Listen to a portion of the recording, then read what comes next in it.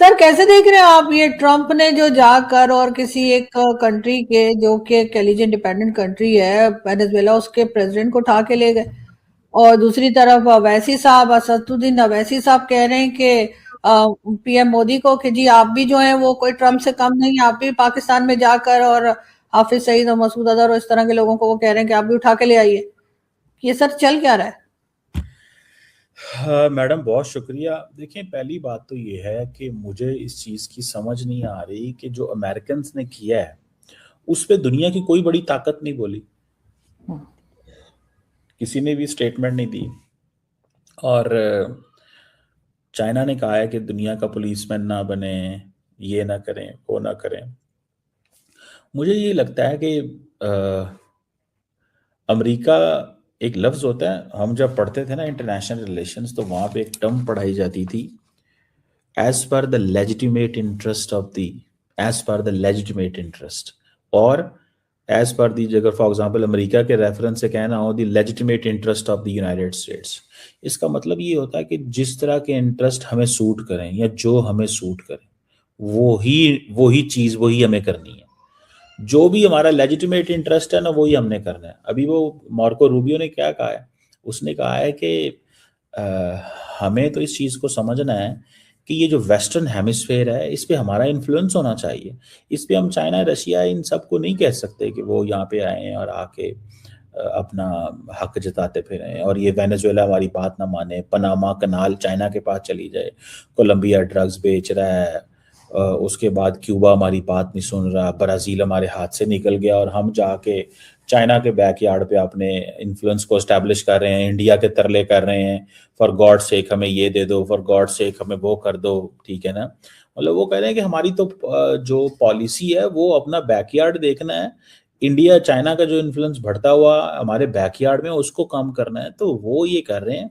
और दूसरा देखें, बड़ी तमाम ताकतें ऐसे ही करती हैं। मैं आपको एक छोटी सी मिसाल देता हूँ। इंडिया जो है क्रिकेट में आजकल बड़ा उनका राज है, वो नहीं मान, क्रिकेट में वो दंदना रहे हैं, फिर रहे हैं, पाकिस्तान को ये कर देंगे, बांग्लादेश को ये कर देंगे, इसको नहीं खिलाना, इसको बाहर निकालो, मुस्तफिजुर रहमान को बाहर निकाल देंगे। मतलब एक क्रिकेट छोटी सी 5-10 अरब डॉलर की गेम होगी, 20 अरब डॉलर का वहां पर टोटल होगा वहां पे।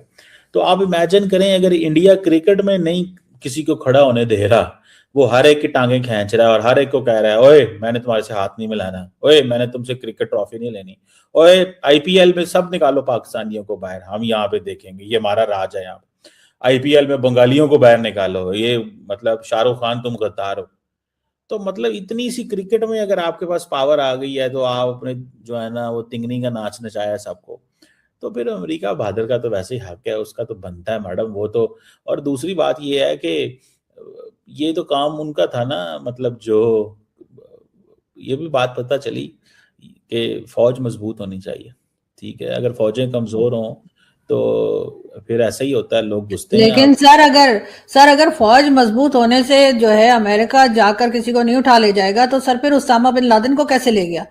उसामा बिन लादेन को भी तो अमेरिका ही उठा के ले गया था। नहीं, देखिए, वो अच्छा आपका सवाल है। दो चीज़ें थी उस वक्त। एक चीज़ तो ये थी कि पाकिस्तान के अपने जो सारे रेडार्स थे वो इंडियन साइड पे थे। ये 2009-10 की बात है। दूसरी बात उस वक्त ये थी कि क्योंकि अफगानिस्तान में अमेरिकन के हम एलाए थे, तो एक फ्रेंडली बॉर्डर था, तो नोबडी कुड हैव एक्सपेक्टेड कि ये हो सकता है। दूसरी चीज़, तीसरी बात उसमें ये भी थी कि उनके पास स्टेल्थ टेक्नोलॉजी थी, और अगर हमें फॉर एग्जांपल पता भी होता या हमारे पास रडार्स होते भी, तो स्टेल्थ को शायद हम नहीं जज कर सकते थे। ये 2010, आज से 15 साल पहले की बात बता रहा हूँ।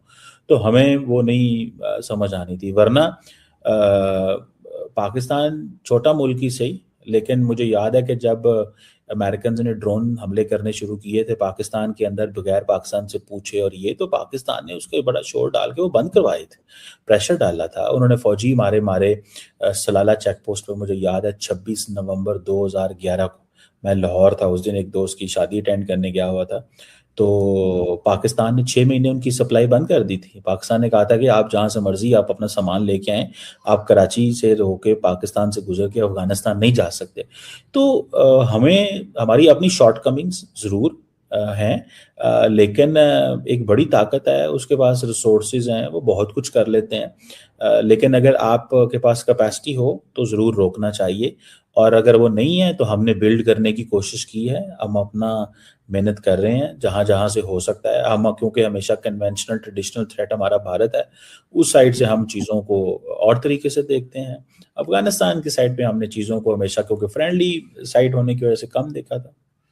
लेकिन सर आपको नहीं लगता कि हमने उस वक्त उसामा बिन लादेन को रखकर भी गलती की थी, इसलिए कि जाहिर है कि वो एक टेररिस्ट था और उस टेररिस्ट को हमने छुपा कर रखा, और उसके बाद अगर कोई दूसरी कंट्री उठकर हमें कहती है कि हम टेररिज्म को सपोर्ट करते हैं तो वो क्या गलत कहते हैं?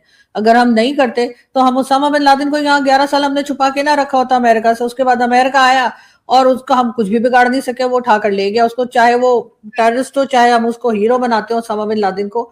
अब ये कहना कि नहीं उस वक्त तो हमारी फोर्सेस इधर थी या उधर थी, सर बहरहाल एक कमजोरी तो हमारी नजर आई है, तो आप ये कैसे कह सकते हैं कि वो कमजोरी आगे नहीं नजर आएगी? और अगर ट्रम्प का मूड हुआ, ट्रम्प को कुछ चीज बुरी लग गई, तो क्या पाकिस्तान से भी किसी को उठा के ले जाएगा?